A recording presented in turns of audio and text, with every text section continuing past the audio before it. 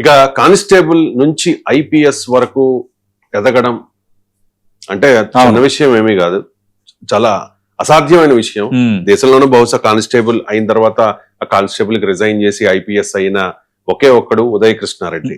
మరి ఏమైందో ఏంటో, ఒక మహిళా ట్రైనీతో అసభ్యంగా ప్రవర్తించాడన్న ఆరోపణల నేపథ్యంలో దానికి సంబంధించి సతీష్ గారు కొన్ని ప్రూఫ్స్ కూడా చూపిస్తూ ఉన్నారు. ఆ ట్రైనీ ఐపీఎస్ ఉదయ్ కృష్ణారెడ్డిని నేషనల్ పోలీస్ అకాడమీ నుంచి సస్పెండ్ చేశారు.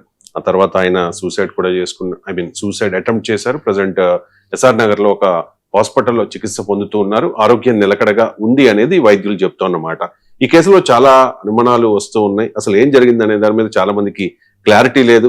ఉద్దేశపూర్వకంగా ఆ ట్రైనీ మహిళ ఐపీఎస్ ఇతను నిరికించిందని కొంతమంది అంటూ ఉన్నారు.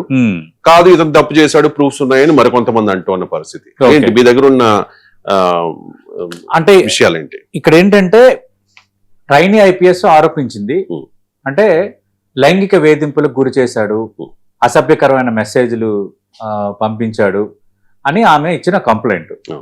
ఇప్పుడు ఈ నేషనల్ పోలీస్ అకాడమీ శివరాంపల్లిలో ఉంది, సర్దార్ వల్లభాయ్ పటేల్ జాతీయ అకాడమీ. ఇది చాలా ప్రశస్తమైనది, ఎందుకంటే దేశంలో మొత్తం ఐపీఎస్లకు సంబంధించిన బెస్ట్ అండ్ ఎన్హాన్స్డ్ అకాడమీ ఇది. ఎందుకంటే ఇక్కడ ఖచ్చితంగా దేశంలో దేశంలో ఐపీఎస్లుగా సెలెక్ట్ అయిన వాళ్ళు ఖచ్చితంగా ఇక్కడ రావాల్సిందే. కేవలం ఐపీఎస్లకి ట్రైనింగ్ ఎవరు వీళ్ళు?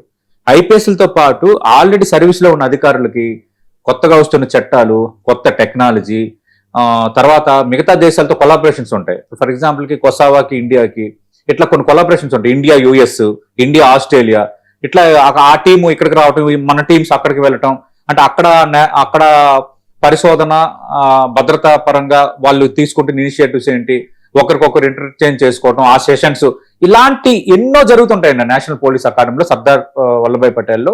అంత కీలకమైనది ఇది. అయితే ఇప్పుడు ఖచ్చితంగా ఈ ట్రైనింగ్ ఐపీఎస్ లో ట్రైనింగ్ అయిన తర్వాత ఒక పరేడ్ నిర్వహిస్తారు. పరేడ్ నిర్వహించిన తర్వాత హోంమంత్రి హాజరవుతారు. ఆ పరేడ్ కి హాజరైన తర్వాత, ఆ పరేడ్ అయిపోయిన తర్వాత దే బికెమ్ ఐపీఎస్.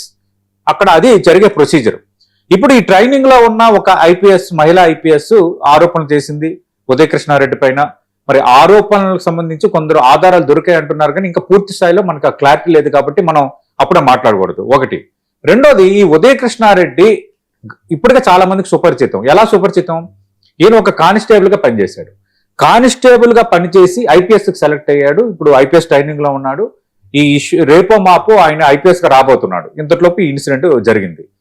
ఈ ఉదయ్ కృష్ణారెడ్డి అనే వ్యక్తి ఒక కానిస్టేబుల్ గా ఉండి, కానిస్టేబుల్ గా తనను ఏ విధంగా అవమానించారు, పోలీస్ స్టేషన్ల పరిస్థితులు ఎలా ఉంటాయి, ఒక సిఐ, ఒక డిఎస్పీ స్థాయి అధికారి నన్ను ఏ విధంగా హ్యూమిలేట్ చేశారు అన్న అంశాన్ని చాలా మీడియా సంస్థతో గతంలో మాట్లాడుకున్నాడు. అది నాలో కసి పెంచింది. నేను ఇంకా చాలా ఇదిగా పకడ్బందీగా ఐపీఎస్ అవ్వాలని నేను కృత నిశ్చయంతో ఇది ప్రిపేర్ అయ్యాను, ఐపీఎస్ అయ్యాను, ఐపీఎస్ సెలెక్ట్ అయ్యానని ఆయన గతంలో చాలా మీడియా ఛానల్స్ కి, డిజిటల్ మీడియా సంస్థలకి ఇచ్చిన ఇంటర్వ్యూలో ఆయన స్పెసిఫిక్ గా పేర్కొన్నాడు. చాలా మంది చాలా ఇన్స్పైర్డ్, ఎందుకంటే ఒక కానిస్టేబుల్ గా ఉన్న వ్యక్తి అవమానాలను ఒక ప్రెస్టేజ్ గా తీసుకొని ఒక ఐపీఎస్ సెలెక్ట్ అవ్వటం, అందులో అఖిల భారత్ సర్వీస్ సెలెక్ట్ అవ్వటం అనేది రియల్లీ మనం వెల్కమ్ చేయాల్సింది. సరే, ఉదయ్ కృష్ణారెడ్డి ఇంకా రేపొద్దున ఐపీఎస్ అయిన తర్వాత ఖచ్చితంగా పత్రికల్లో పాజిటివ్ గా కథనాలు వచ్చేవి. కానీ మీన్వెల్ టైంలో ఇది జరిగింది. అదే ఉదయ్ కృష్ణారెడ్డి మోతీనగర్, మన సమీపంలో ఉన్న మోతీనగర్ లో వాళ్ళ బంధువుల ఇంటికి వచ్చి రావటం, ఇది బయటకు వచ్చిన తర్వాత శానిటైజర్ తాగి ఆత్మహత్యానికి పాల్పడడం, ఇప్పుడు ఆయన ఆసుపత్రిలో చికిత్స పొందుతోంది. అయితే దానికి ముందు ఆయన ఒక పోస్ట్ పెట్టాడు. ఏం పెట్టాడంటే, కరెక్ట్ గా ఆత్మహత్యానికి ముందు తన ఇన్స్టాగ్రామ్ లో ఒక పోస్ట్ పెట్టాడు. ఆ పోస్ట్ లో ఏమన్నాడంటే, నాపై వస్తున్న ఫిర్యాదులు, మీడియాలో వస్తున్న ప్రచారాలన్నీ పూర్తి అవాస్తవం, నన్ను కావాలని కుట్రపూరితంగా ఫ్రేమ్ చేస్తున్నారు. భారత రాజ్యాంగంపై, చట్టంపై నాకు పూర్తి నమ్మకం ఉంది. నిజం త్వరలోనే గెలుస్తుంది. ఇంతకంటే ముందు చట్టంపై నమ్మకం ఉందన్న వ్యక్తి మరి గంటల్లోనే ఎందుకు ఆత్మహత్య చేసుకున్నాడు అనేది ఇప్పుడు ప్రశ్న. సరే, ఇప్పుడు నాకు చట్టంపై నమ్మకం ఉంది, న్యాయమే గెలుస్తుంది అన్న వ్యక్తి ఫేస్ చేయాలి కదా, ఎందుకు సూసైడ్ చేసుకున్నాడు? కొందరు ఏమంటున్నారంటే, ఆయన తప్పు చేశాడు అన్నదానికి అక్కడ ఆధారాలు దొరికాయి కాబట్టి ఇప్పుడు సూసైడ్ చేసుకున్నాడు, అంటే సూసైడ్ ప్రయత్నించాడు అనేది కొందరు చెప్తున్నారు. కానీ నిజంగా ఇంత ధైర్యం ఉండి ఒక కానిస్టేబుల్ నుంచి ఐపీఎస్ గా నువ్వు సెలెక్ట్ అయ్యి ఇంత కాన్ఫిడెన్స్, ఇంత ఆత్మవిశ్వాసం ఉన్న వ్యక్తి ఆత్మహత్యాయత్నానికి ఎందుకు పాల్పడినట్టు?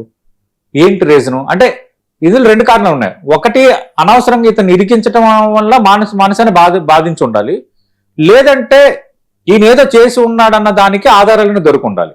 ఈ 2 రీజన్స్ నేపథ్యంలో ఇప్పుడు ఉదయ కృష్ణారెడ్డి ఆత్మహత్యత్నానికి పాల్పడ్డాడని మనం అనుకోవాలి. అందుకు ఇంకా పూర్తిగా ఆధారాలు దొరికాయా లేదా, పూర్తిగా చేశాడా, ఆ చర్యకు పాల్పడ్డాడా లేదనేది ఇంకా పోలీసులు దర్యాప్తు చేస్తున్నారు కాబట్టి.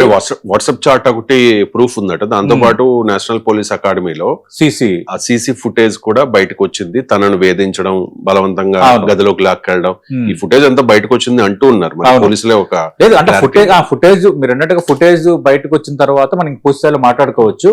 అలానే ఇప్పుడు ఉదయ కృష్ణారెడ్డికి మనం క్లీన్ న్యూస్ సర్టిఫికేట్ ఇవ్వాల్సిన అవసరం కూడా లేదు. సరే, ఆయన కష్టపడ్డాడు, ఆత్మవిశ్వాసంతో కానిస్టేబుల్ నుంచి ఐపీఎస్ అయ్యాడు అన్న దానికి అందరూ ఎప్రిషియేట్ చేశారు. రేపో మా ఐపీఎస్ కాబోతున్నాడు అనేది వారికి, అతను పుట్టిన ప్రాంతానికి, వాళ్ళ తల్లిదండ్రులకి అందరికీ గర్వకారణమే. కానీ ఇప్పుడు ఇలా ఇన్సిడెంట్ పాల్పడిన తర్వాత ట్రైనీ ఐపీఎస్ చేస్తున్న ఆరోపణలు అవాస్తవం మనం చెప్పలేం. ఎందుకంటే ప్రతిదీ కూడా ప్రూఫ్స్ ఆధారంగానే జరుగుతుంది. నేను అనుకుంటున్నాను ఇక్కడ మ్యానిపులేట్ చేయడానికి ఏముండదండి. ఎందుకంటే ఇట్స్ నేషనల్ పోలీస్ అకాడమీలో ఇలాంటి ఇన్సిడెంట్ జరిగినప్పుడు అక్కడ ఉన్న అధికారులు దాన్ని మసిపూసి మారేడుకాయ చేసే వాతావరణం అయితే ఉండదు. ఖచ్చితంగా ఆధారాలు అనేవి ఏమున్నా అవి బయటకు వస్తాయి. ఆయన సచ్చీలుడా కాదనేది సాయంత్రం కల్లా నాకు తెలిసి క్లారిటీ వస్తుంది. నిజంగా ఒకవేళ తప్పు చేసి గనక ఉంటే నువ్వు ఒకప్పుడు ఒక కానిస్టేబుల్ నుంచి ఐపీఎస్ అయ్యావు, కానీ నీలో ఉన్న ఈ చెడు బుద్ధి చివరికి నిన్ను పాతాళానికి పడేసింది. అంటే అది అంటారు కదండి, our mind speaks, our attitude speaks అంటారు కదా. అంటే నువ్వు ఒక విధంగా ఇలా చేసి ఉంటే మాత్రం ఇది మాత్రం ఎప్రిషియేట్ చేయాల్సిన థింగ్ కాదు. ఇది అందరికి ఒక లెసన్.